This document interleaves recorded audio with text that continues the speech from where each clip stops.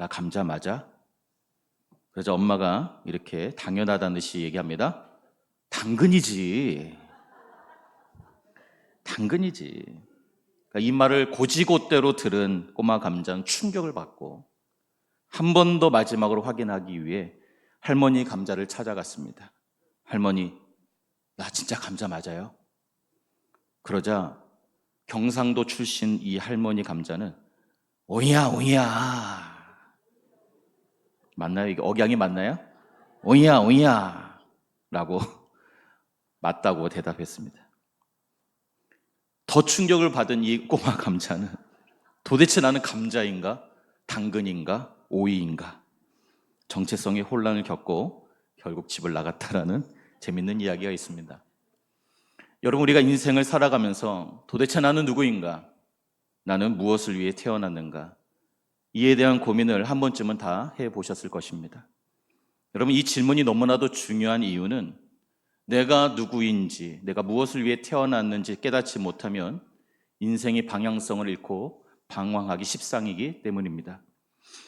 한 기자가 노벨상을 받은 사람들을 대상으로 도대체 당신은 어떻게 해서 노벨상을 받을 수 있었습니까? 그 비결은 무엇입니까?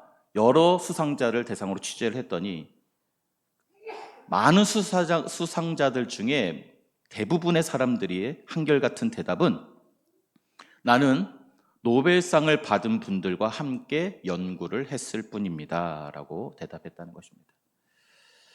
여러분 잘 아시죠? 맹모 삼천지교라는 말이 있듯이 여러분 나는 도대체 누구인가를 결정하는 데 있어서 너무나도 중요한 역할을 하는 것이 바로 내가 어디에 지금 소속되어 있는가, 나는 지금 어떤 무리에 함께하고 있느냐가 너무나도 중요하다는 거예요. 내가 어떤 가정에 태어났는지, 그리고 내가 어떤 환경에서 자라났는지에 따라, 그리고 내가 지금 어떤 사회, 어떤 국가에서 태어나 자랐는지에 따라 우리의 삶의 방향이 결정된다는 것입니다. 즉, 소속이 정체성이다 라는 것이죠. 여러분, 우리는 2주 전에 두 아담의 이야기를 통해 첫째 아담의 불순종이 죄와 사망을 가지고 왔고 또 둘째 아담이신 예수의 순종이 생명과 의의를 가지고 왔음을 살펴보았습니다. 그리고 대표성의 원리에 의해 내가 첫째 아담에 속하면 죄와 사망의 저주에 죽을 수밖에 없고 둘째 아담이신 예수에 속할 때 내 상황과 환경이 어떠하든지 나는 의의 사람이 될 수 있다라고 말씀을 드렸죠. 여러분, 이것은 무엇을 의미하면 결국 여러분, 우리 인간은 양다리를 걸친 어떤 중립적인 존재가 될 수 없다는 것입니다. 죄의 종이든지 의의 종이든지 둘 중 하나밖에 없다라는 것이죠. 물론 이런 복잡한 건 난 모르겠고 나는 어디에도 얽매이지 않고 자유롭게 살고 싶다라는 하는 분들도 있죠. 근데 여러분, 과연 그럴 수 있을까요? 여러분, 우리가 조금만 나의 삶을 돌아보면 우리는 자유롭게 내 마음대로 사는 것 같지만 사실은 늘 무언가의 종으로 살아가고 있다는 것입니다. 일례로 요즘 젊은이들은요, 경제적 자유를 꿈꾸면서 젊은 나이에 한탕 벌어서 일찍 은퇴해 자유로운 삶을 살겠다라고 애쓰고 있습니다. 그것이 유행처럼 번지고 있죠. 하지만 여러분, 그런 생각 자체가 그 출발점부터가 바로 돈과 욕망의 종이 된다는 것을 모르고 이 자유를 위해 내가 살겠다라고 하면서 자유를 위해 돈과 욕망의 노예가 되어 살아가고 있다는 것이죠.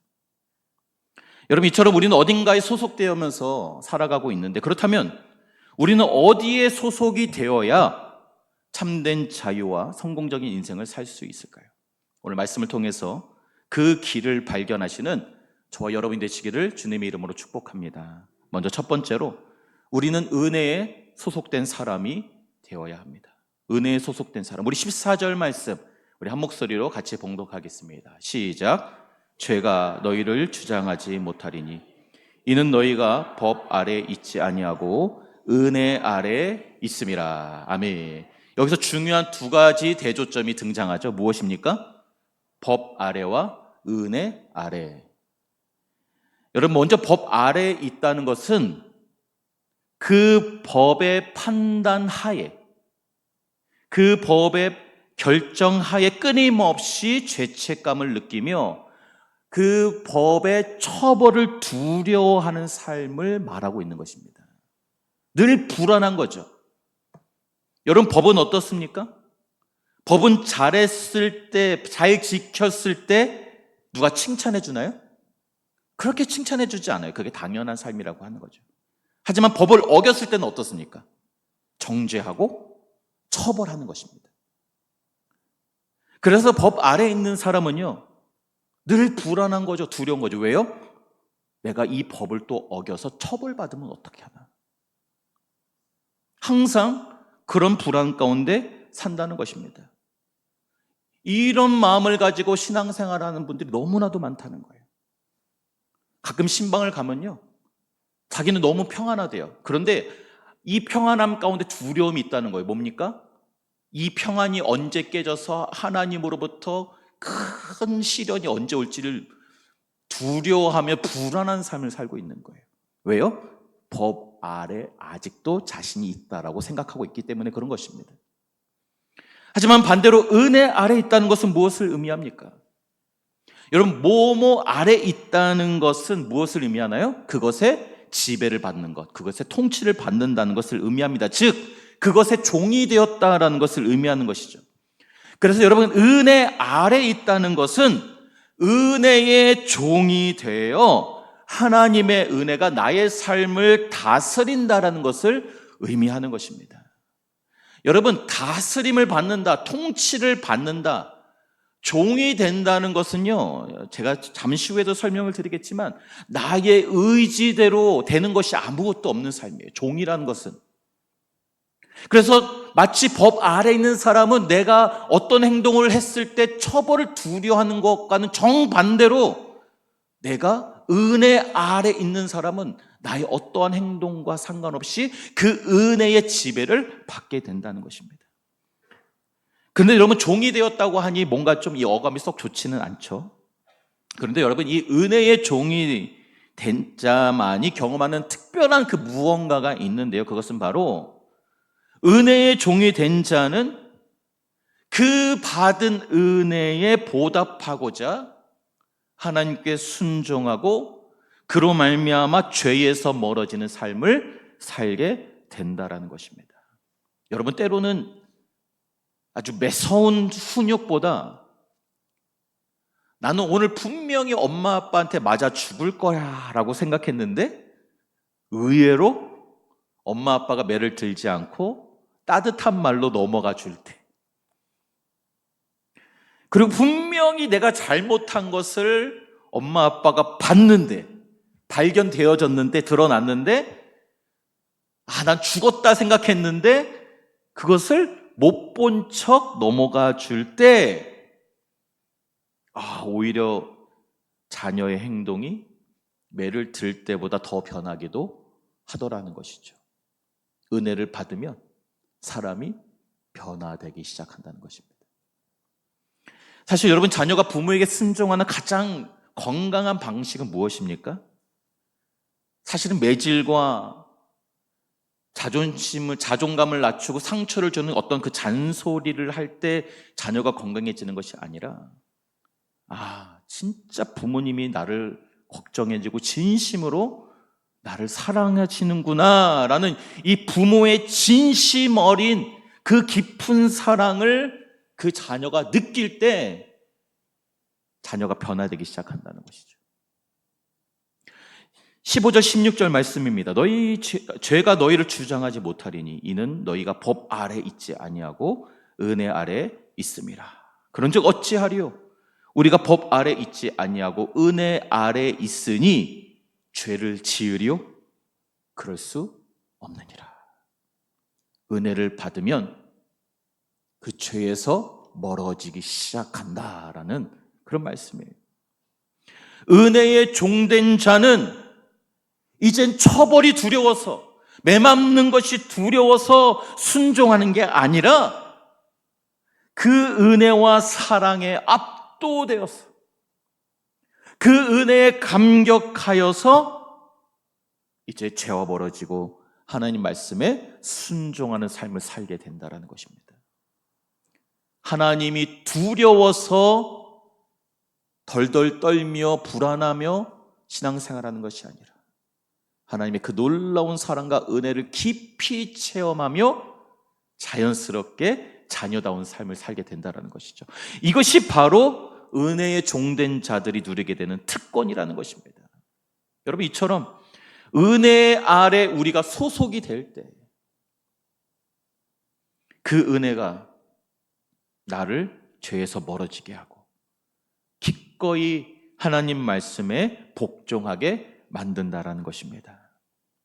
사랑하는 성도 여러분, 우리가 오늘 주님께 기꺼이 순종하여 죄로부터 멀어질 수 있는 성화의 삶을 살아갈 수 있는 그 이유는 내가 단순히 하나님의 처벌을 피하기 위해서가 아니라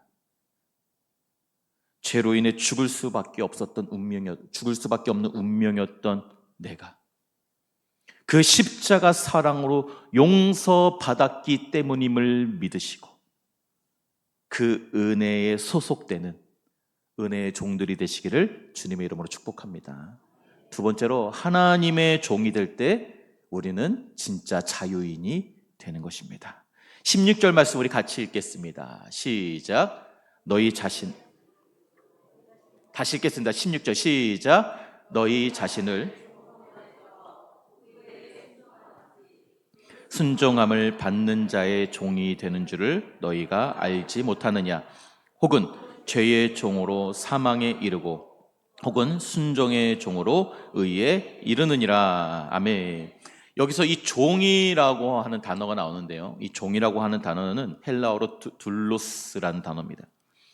근데 우리는 종으로 지금 개역개정 성경에선 번역을 해놨지만 사실은 이 종이라고 번역하기보다는 노예라고 번역하는 것이 사실은 언어의 의미에 더 가깝습니다. 그러면 왜 종이라고 번역했냐? 이 성경이 기록될 당시에는 사실은 이 단어가 노예의 의미로 쓰였을 것입니다. 그런데 이것을 번역하는 그런 시대적 상황이 이 노예 제도에 대한 어떤 정치적 논쟁과 반감이 있었기 때문에 이 노예라는 단어 대신 종이라는 단어로 번역했다는 것이 신학자들의 주장이에요. 어쨌든 여러분, 종과 이 노예는 비슷해 보이지만 사실은 아주 중요한 근본적인 차이가 있습니다. 무슨 차이냐면 종은 고용된 사람이에요. 하지만 노예는 누군가의 소유가 된 존재라는 것입니다.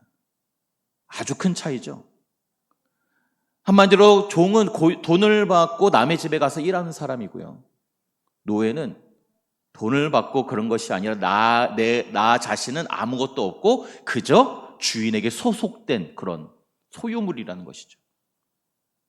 그리고 이 고대 헬라 문화 당시에 사회적으로 봤을 때 당시 가장 낮은 신분이 여러 신분들이 있었는데 그 중에서도 최하 신분이 어떤 사람이었냐면 이 배에서 노젓는 노예가 있었습니다. 이 배에서 노젓는 노예를 바로 둘로스라고 불렀습니다. 이처럼 여러분, 둘로스, 이 종이라는, 노예라는 단어는 완전히 주인에게 소속된, 나라는 존재 자체가 없는 거예요. 그리고 주인의 명령이 없이는 아무것도 할 수 없는, 아무런 자유가 주어지지 않는 그런 존재라는 것이죠. 그런데 지금 바울은 우리 모두가 다 무언가의 그런 노예가 되어 있다라고 말하고 있는 것입니다. 나는 아닌데요? 나는 그 어디에도 속하지 않고 내가 하고 싶은 대로 다 하는 그런 자유로운 사람인데요? 라고 생각할 수 있지만 정말 그럴까요? 제가 서두에도 말씀드렸지만 여러분, 내가 하고 싶은 대로, 내 욕망대로, 내 마음이 이끌리는 대로 무엇이든지 할 수 있다, 나 스스로 자유롭다라고 생각하며 살아가고 있습니다. 그러나 진짜 나는 자유인으로 살아가고 있느냐는 거예요. 특별히 여러분, 이 민주주의 국가에서 살고 있는 우리에게는 많은 자유가 주어지죠. 사실 많은 권리들이 주어집니다. 내가 하는 어떤 행동에 크게 내가 잘못을 하지 않는 이상 사실은 무엇이든지 할 수 있는 자유가 주어지죠. 그러나 무엇이 문제입니까? 나에게 무엇이든지 할 수 있는 어떤 자유가 주어졌을 때 우리는 그 자유를 스스로 통제할 수 있는 능력이 없어요. 불행하게도. 그래서 무엇이 우리에게 주어지는 거예요? 법이 주어지는 거죠. 네가 모든 것은 다 할 수 있는데 이것만은 하지 말아라. 이것은 무엇을 얘기합니까? 여러분, 자유가 주어졌다고 내가 모든 것을 안정적으로 선하게 살아갈 수 있는 사람이 이 땅에 아무도 없다라는 거예요. 나 스스로 통제할 수 있는 능력이 없기 때문에 때로는 그 자유가 방종이 되고, 그리고 그 방종은 반드시 타락으로 이어져서 결국에 죄와 가까워지게 된다. 가까워질 뿐만 아니라 결국 나의 욕망대로 쾌락을 추구하고 나만의 만족을 추구하고 나의 욕망을 추구하다 보면 결국에 그것이 자유가 아니라 무언가의 종이 되어버린다는 거예요. 즉 내가 자유라고 느끼는 그것이 자유가 아닌 죄의 노예가 되게 만들어 버린다는 것입니다. 반대로 여러분, 하나님의 노예가 된다는 것은 언뜻 들으면 무언가에 내가 속박이 되는 것처럼 답답하게 느껴지기도 합니다. 하나님이 시키는 대로 살아가야 하고 늘 하나님의 눈치를 봐야 하고 그 하나님을 의식하며 살아가기에 불편해 보여요. 하지만 여러분, 성경은 이것이 참된 자유의 길이라고 오늘 바울이 말씀하고 계시는 것입니다. 왜 그렇습니까? 원래 우리 인간은 하나님의 형상대로 창조된 존재이고 원래 우리는 그 하나님 안에서 살아가는 존재로 만들어졌기 때문이라는 거예요. 여러분, 이것은 마치 물고기가 물 안에서만 살 수 있는 것과 마찬가지입니다. 여러분, 물고기가 물속에만 갇혀 있는 것을 보고 물고기가 어항 속에서만 좁은 어항 속에 갇혀 있는 것을 보고 얼마나 답답할까, 얼마나 불쌍한가, 내가 이 물고기를 자유롭게 꺼내줘야겠다라고 물고기 꺼내는 순간 어떻게 됩니까? 그 물고기가 자유로워지는 건가요? 아니죠. 그것은 자유가 아니라 죽음인 것입니다. 마찬가지로 주님, 나는 주님이 아니면 아무것도 아닙니다. 나는 주님의 능력이 아니면 아무것도 할 수 없습니다. 주님이 말씀해 주시지 않으면 나는 한 걸음도 나아갈 수가 없습니다. 이것이 어떤 상태예요? 하나님의 노예가 된 상태인 거예요. 그런데 이것이 우리를 갑갑하고 가두고 속박하는 것이 아니라 바로 그 주님 안에서 우리가 살 수 있는 유일한 길인다는 것입니다. 이렇게 주님의 노예로 오직 주님 한 분만 바라고 의지하는 삶, 바로 이것이 영원한 삶이요, 이것이 우리가 살 길이요, 이럴 때 우리의 인생은 진정한 자유를 누리게 될 것임을 여러분 믿으시기를 바랍니다. 마지막 세 번째로, 우리가 은혜 안에 소속돼 있을 때 바로 그 은혜 안에 살아가는 자는 거룩과 영생을 누리게 된다는 것입니다. 우리 21절에서 22절 말씀 우리 한 목소리로 같이 읽겠습니다. 시작. 너희가 그때에 무슨 열매를 얻었느냐? 이제는 너희가 그 일을 부끄러워하나니 이는 그 마지막이 사망임이라. 그러나 이제는 너희가 죄로부터 해방되고 하나님께 종이 되어 거룩함에 이르는 열매를 맺었으니 그 마지막은 영생이라. 아멘. 지금 바울이 두 가지 열매를 대조하고 있죠. 죄의 종으로 살 때 내가 하고 싶은 대로, 내 욕망대로, 내 마음이 이끌리는 대로 살아갈 때 그것이 나를 즐겁게 하고 나에게 기쁨을 주고 어디서도 느낄 수 없는 쾌락을 주는 것처럼 느껴지지만 어떻다는 거예요? 그 열매는 수치와 죽음이고, 하나님의 종으로 살아갈 때 그것이 나를 결박하고 나를 속박하고 간섭하는 것처럼 불편하게 느껴지지만 그 결국은 거룩과 영생이라는 것입니다. 여러분, 그렇습니다. 죄의 열매는 달콤하고 쾌락적이고 자유를 누리는 것처럼 보여지지만 오늘 성경이 우리에게 얘기하시는 것은 그것의 결말은 결국 썩고 죽는 것뿐이다. 당장은 즐겁고 행복해 보이지만 시간이 지나면 결국 후회와 상처를 남기고 죽음에 이르게 된다. 이것이 바로 죄에 소속된 자의 결말입니다. 하지만 은혜의 아래 소속된 자는 거룩의 열매를 맺는다고 말씀하고 있죠. 근데 여러분, 여기서 말하는 거룩이란 단순히 어떤 도덕적 그리고 윤리적인 깨끗함을 말하는 것이 아닙니다. 여러분, 우리가 이 대한민국, 자유민주주의 대한민국에 살아가고 있지만 지금 나름대로 준법을 하면서 살아가고 있다고 생각하지만 여러분 어떤가요? 우리가 모든 법을 다 잘 지키고 살아가고 있습니까? 여러분, 나는 법 없이도 살 수 있어요. 나는 단 하나의 법도 어기지 않고 살아가고 있습니다 라고 생각하지만요, 여러분, 탈탈 털어서 먼지 안 나는 사람이 있습니까? 없어요. 나는 잘 지킨다고 생각하지만 의외로 생각보다 너무나도 많은 죄를 범하고 살고 있습니다. 무슨 말이에요? 내가 나의 행실로는 이 땅의 법으로도 깨끗해질 수가 없어요. 윤리적으로 완벽한 인간은 이 세상에 단 한 명도 없다라는 거예요. 여러분, 그렇다면 바울이 말하는 거룩이란 무엇이냐? 죄를 안 짓는 거냐? 그게 아니라는 거예요. 여기서 말하는 거룩이란 바로 세상과 구별되어지는 것을 말하는 거예요.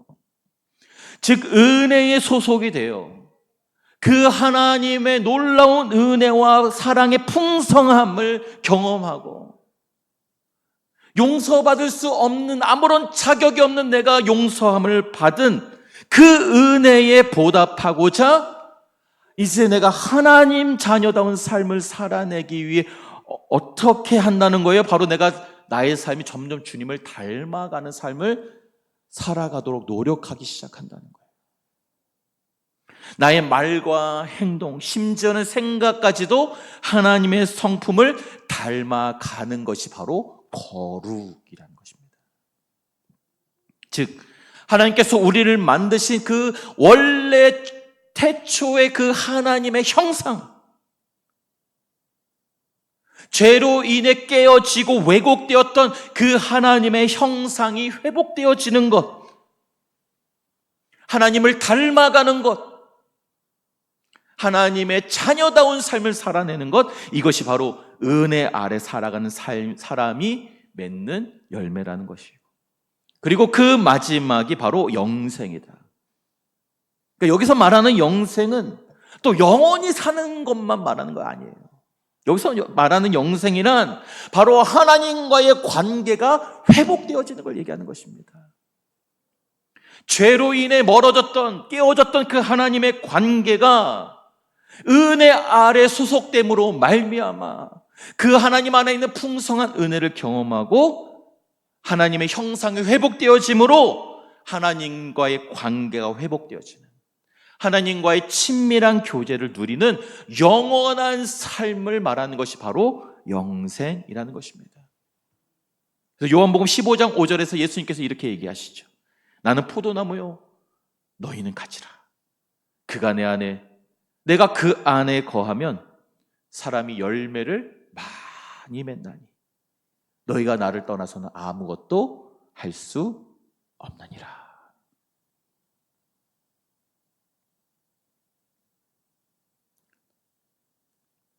예수의 노예가 된 우리는 이제 예수를 떠나서는 아무것도 할 수 없는 존재가 되어 버렸습니다.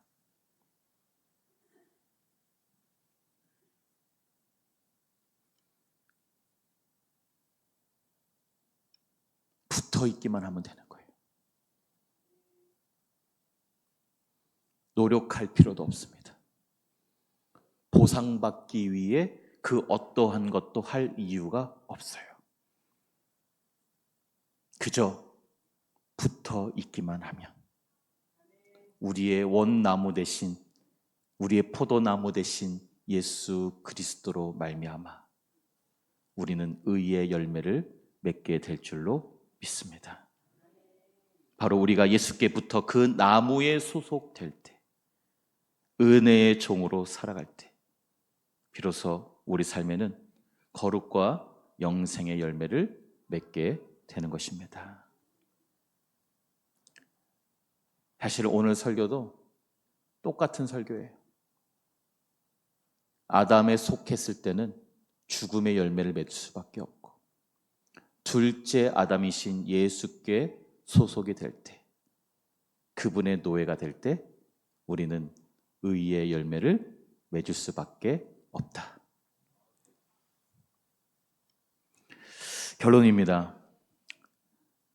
18세에 영국 해군 장교의 후보생으로 입대했던 존 뉴턴이라는 사람이 있습니다. 근데 입대하고 보니까 너무나도 엄격한 규율과 훈련에 실증이 났어요. 그리고 당시에 사귀던 여자친구가 너무 보고 싶었나 봅니다. 그래서 탈영을 하게 돼요. 근데 얼마 지나지 않아 잡혔고 그는 모든 직위를 박탈당했습니다. 그리고 중간에 여러 가지 일이 있었지만 어쨌든 우여곡절 끝에 그의 인생이요 죄의 길로, 죽음의 길로 빠져버립니다. 결국 노예를 팔아 넘기는 무역선의 선장이 되어버리는 것이죠. 그래서 수많은 이 노예들을, 아프리카 사람들을 배에 실어서 노예 판매 중개 상인으로 전락해버렸습니다. 완전히 철저히 죄의 종의 길을 걷게 되었죠. 그러던 어느 날 토마스 아킨피스의 그리스도를 닮아가라는 책을 보면서 그의 삶이 조금씩 변하기 시작했고, 어느 날 폭풍 중에 이제 거센 파도 가운데 배가 뒤집히기 직전에 완전히 죽음의 문턱 앞에 서게 됐습니다. 바로 그 순간에 그때 읽었던 책에서 발견한 하나님에 관한 이야기가 그의 마음 가운데 떠올랐고, 그 폭풍 속에서 나는 아무것도 할 수 없는 존재라는 것을, 대자연의 재앙 앞에 나의 존재는 아무것도 아니란 것을 깨달은 존 뉴턴은 하나님만이 나를 살릴 수 있는 유일한 분이시구나, 하나님의 은혜만이 나를 구원하실 수 있구나 라는 것이 믿어지면서 그 두려움 속에 죽음 앞에 이렇게 외쳤습니다. 주여, 나를 불쌍히 여겨주십시오. 나는 죄인입니다. 나를 이 죽음에서 건져주십시오. 그날 밤 존 뉴턴은 하나님의 그 은혜를 붙잡았고, 그 간절한 외침을 하나님께서 들으셔서 그를 그 폭풍 중에서 하나님께서 살려주셨습니다. 그리고 그 후에 그 은혜를 경험한 뉴턴은 모든 노예 무역을 끊고 결국 목사가 되어 마침내 세상에서 가장 유명한 찬송가 중에 하나인 Amazing Grace를 작곡하게 됩니다.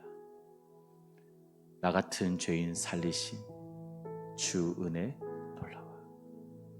잃었던 생명 찾았고 광명을 얻었네. 사랑하는 성도 여러분, 죄의 종이었던 유터는 사람을 팔아넘기는 그런 사망의 길을 걷고 결국 저주 가운데 죽을 수밖에 없었지만, 죄의 종에서 은혜의 종으로 옮겼을 때 그의 인생이 생명의 열매를 맺었던 것처럼 우리도 은혜의 종에 속하시는 저와 여러분이 되시기를 주님의 이름으로 축복합니다. 주님께서 오늘 우리에게 이렇게 물으십니다. 너는 누구의 종으로 살고 있는가? 너는 누구에게 소속되어 있느냐? 이 질문 앞에 주님, 저는 더 이상 죄의 종이 아니라 은혜의 종이 되겠습니다. 주의 사랑에 붙들린 주의 종으로 살겠습니다 라고 결단하시면서 그 은혜 아래 진정한 자유를 경험하시는 저와 여러분이 되시기를 주님의 이름으로 축복합니다. 같이 찬양하고 기도하겠습니다. 나 같은 죄인 살리신 주 은혜 놀라워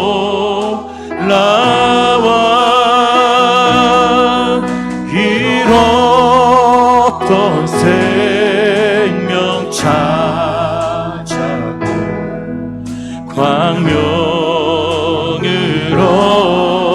얻었네. 큰 죄악에서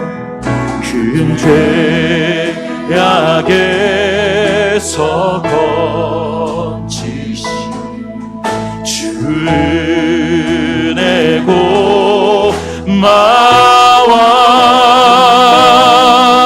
나 저를 믿은 그 시간 귀한.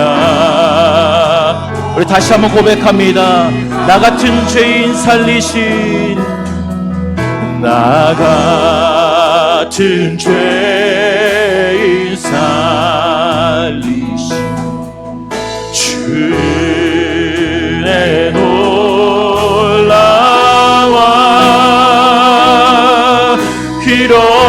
잃었던 생명 찾아 광명을 얻. 큰 죄악에서 건지신, 큰 죄악에서 건지신 주 은혜 고마워.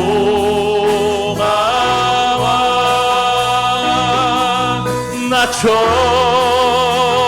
믿는 그 시간 귀하고 귀하다. 나의 결박 부셨도다. 나의 구세주 대속했네.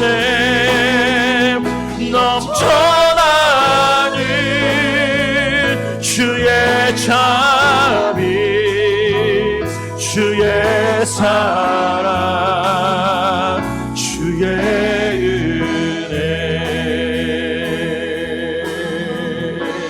이제껏 내가 산 것도, 이제껏 내가 산 것도 주님의 은혜라. 또 나를 장차, 또 나를 장차 보냐 인도해 주. 그 이제껏 내가 산 것도, 이제껏 내가 산 것도 주님의 은혜라네. 또 나를 장차 본향에 인도해 주시리. 나의 결방 부셨도다. 나의 구세주 대속했네. 넘쳐나는 주의 자비, 주의 사랑, 주의 나의 결박 부셨도다. 나의 결박 부셨도다. 나의 구세주 대속했네. 넘쳐나는 주의 자비, 주의 사랑. 한 번 더 고백합니다. 주의 은혜. 나의 결박, 나의 결박 부셨도다. 나의 구세주 대속했네. 넘쳐나는 주의 자비, 주의 사랑, 주의 은혜. 거기서 우리 영원히, 거기서 우리 영원히 주님의 은혜로 해처럼 맑게 살면서 주 찬양하리라.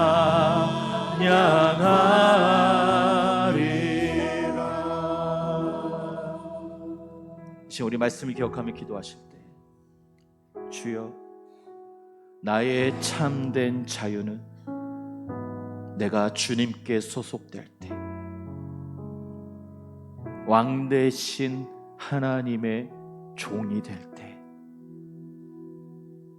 주님의 노예가 될 때 있음을 믿습니다.